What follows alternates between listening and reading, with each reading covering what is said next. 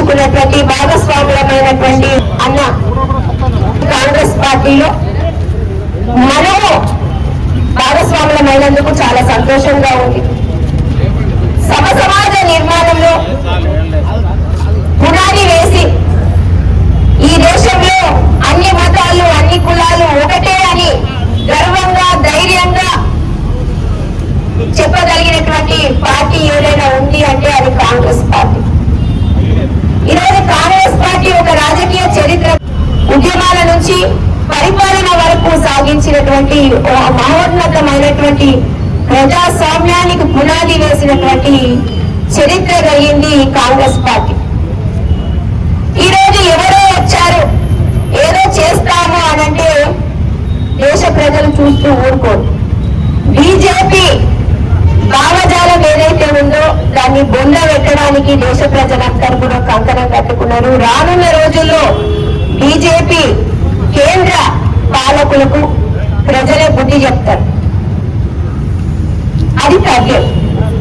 దేశంలో మా నాయకులు రాహుల్ గాంధీ గారి నాయకత్వంలో కాంగ్రెస్ పార్టీ జెండా రెపరెపలాడటం తగ్గదు.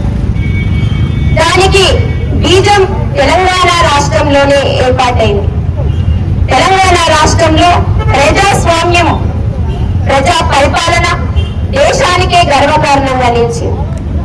ఈ రోజు కాంగ్రెస్ పార్టీని ఏరెత్తి చూపించడానికి ఎవరికి ధైర్యం లేదు.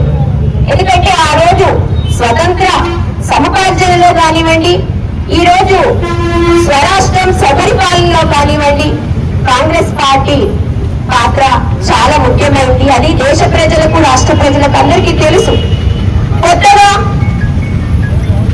గాంధీ మహాత్ముని పేరును తీసేస్తాము, అసలు గాంధీ అనే పదాన్ని దేశ ప్రజల నోళ్లలోంచి మదిలలోంచి చెరిపేస్తాము అనుకుంటే అది ఆకాశం మీద సూర్యుడి పైన ఉమ్ము వేస్తే అది మన మీదనే పడుతుంది అని ఇప్పుడున్నటువంటి కేంద్ర ప్రభుత్వానికి బీజేపీ భావజాలం ఉన్నటువంటి పార్టీ ఏదైతే ఉందో మోడీ సర్కార్కి తెలవాలి. గాంధీ అనేది ఒక పేరు కాదు, మహోన్నతమైనటువంటి శక్తి.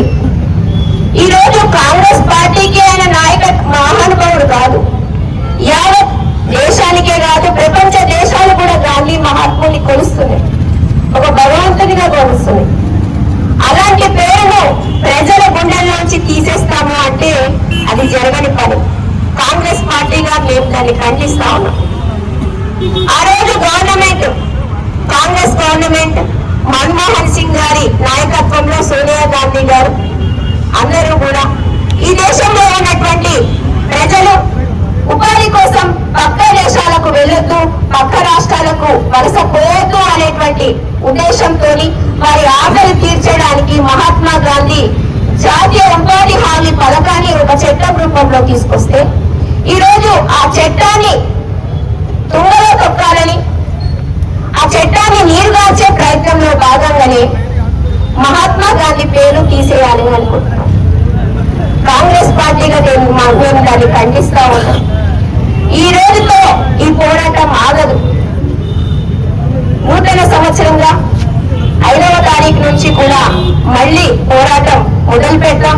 గ్రామ గ్రామాన తిరుగుతాం. గాంధీ మహాత్ముని ఫోటో పట్టుకొని గ్రామంలో ఉపాధి హామీ కార్మికులు ఎవరైతే ఉన్నారో వాళ్ళందరికీ తెలుసు, ఇన్ని సంవత్సరాలుగా ఉపాధి హామీ పథకం కింద 100 రోజుల పని దినాలు కల్పిస్తే కాంగ్రెస్ పార్టీ ఆ రోజు ఆ కాంగ్రెస్ పార్టీ ప్రభుత్వ ఫలాలని ఈ రోజు గ్రామీణ ప్రాంతాల్లో అనుభవిస్తున్నారు.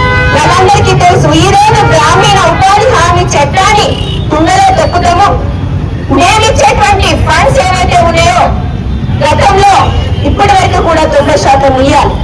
వాళ్ళు దాన్ని తగ్గించి రాష్ట్ర ప్రభుత్వాల మీద భారం వేసి రాష్ట్ర ప్రభుత్వాలు ఒకవేళ ఆ పర్సెంటేజ్ ఇవ్వకపోతే దాన్ని కనుమరుగు చేసేటువంటి పరిస్థితి కనిపిస్తుంది. కార్పొరేట్ శక్తులకు దారాదత్తం చేస్తున్నారు. ఇక్కడ ఉన్నటువంటి భారతీయులను వాళ్ళకు కూలీలుగా చేయాలని సంకల్పించినటువంటి మోడీ ప్రభుత్వం మీద తప్పకుండా పోరాటం చేస్తాం. ఈ పోరాటం ఆగదు. మా నాయకుడు రాహుల్ గాంధీ గారిని ప్రధానమంత్రిని చేయడానికి కాంగ్రెస్ శ్రేణులుగా మేము ప్రతి గ్రామం తిరుగుతాం. ప్రతి కార్యకర్తను ప్రతి